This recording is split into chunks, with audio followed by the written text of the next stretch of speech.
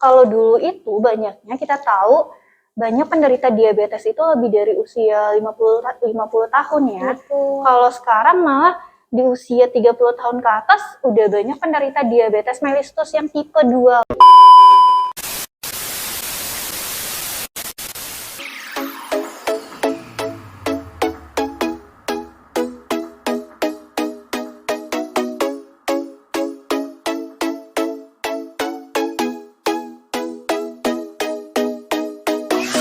Selamat datang di podcast Solusi Sehat Mas Kendi bersama saya Dr. Muda Yuni Rizky Nur Aziza dan Bersama saya Dr. Muda Mira Syafira. pada kesempatan kali ini kita akan membahas tentang diabetes mellitus yang mana akhir-akhir ini tuh sering terjadi di usia muda ya dok ya. Karena kan biasanya kan dulu-dulu tuh ya paling usia orang tua kita 45 tahunan ke atas lah ya yang menderita diabetes, tapi tuh sekarang banyak anak-anak muda yang kena diabetes. Menurut dokter gimana tuh tanggapannya? Oke, diabetes ini bisa terjadi pada orang muda dan juga orang tua ya. Selain adanya diabetes mellitus tipe pertama yang mana terjadi pada usia muda, pada orang yang bayi baru lahir misalnya, dan juga diabetes mellitus tipe 2. Nah, kalau dulu itu banyaknya kita tahu banyak penderita diabetes itu lebih dari usia 50 tahun ya. Betul. Kalau sekarang malah di usia 30 tahun ke atas udah banyak penderita diabetes mellitus yang tipe 2 loh, bukan tipe 1. Kalau tipe 1 kan emang ada gangguan sel pankreas ya. Sedangkan pada DM tipe 2 ini adalah DM sekunder gitu. Iya. Nah, penyebabnya itu karena adanya pola hidup yang sudah berubah.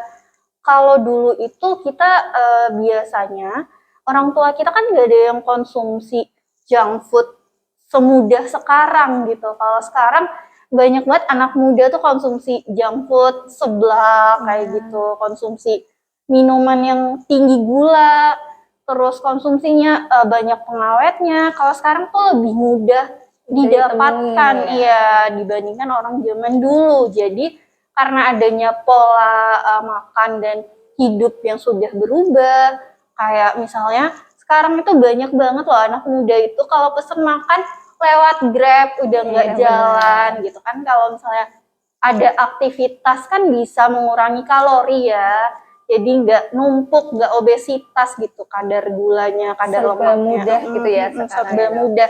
Dia semakin berkembangnya zaman juga semakin mendukung untuk sedentary life. Seperti itu sih dokter.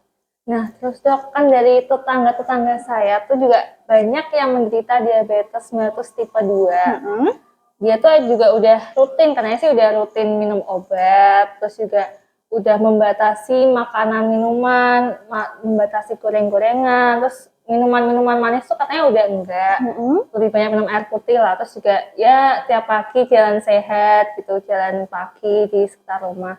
Tapi kenapa kok kadar gulanya itu jadi segitu-segitu aja, kayak nggak turun-turun gitu, padahal udah rutin konsumsi obat, udah nggak makan goreng-gorengan, udah nggak minum manis gitu. Nah betul tuh dok, banyak sekarang kalau misal kita praktek lapangan di beberapa rumah sakit, kita banyak nih nemuin pasien-pasien kayak gini ya dok. Iya. Kayak banyak pasien itu menderita gula darah, kemudian udah konsumsi obat-obatan gula darah, udah tidak mengonsumsi gorengan, juga udah mengonsumsi makanannya itu direbus gitu. Tapi saat dicek gula darahnya kok masih tinggi gitu. Nah ini penyebabnya karena adanya salah pemahaman dari masyarakat kita. Jadi banyak pasien itu yang menganggap bahwa yang menyebabkan gula darah tinggi itu hanya nasi, kemudian makan makanan yang digoreng. Tapi kalau misalnya makan makanan yang direbus itu dianggap sehat.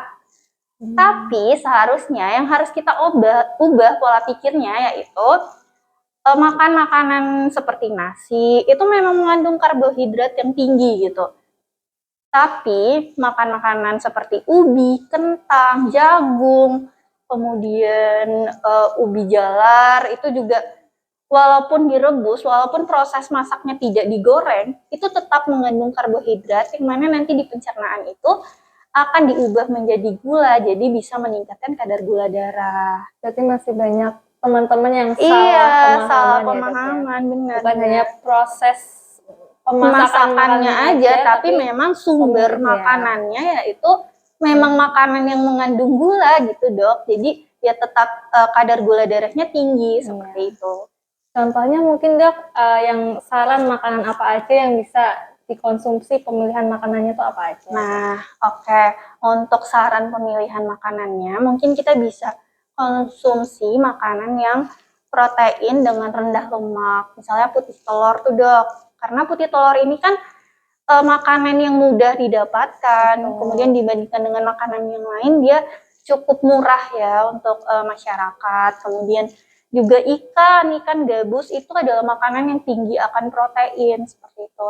Mungkin makanan-makanan yang seimbang antara protein, sayur mayur itu justru lebih berguna ya buat kehidupan kita sehari-hari gitu dibandingkan kita konsumsi makanan-makanan yang tidak sehat yang mengandung gula yang banyak gitu. Apalagi untuk penderita diabetes ya Dok. Dan banyaknya di masyarakat kita itu kan Dok, saya kan konsumsi susu kental manis ya Dok. Itu kan susu dan itu sehat Dok gitu. Gimana kok katanya nggak sehat gitu.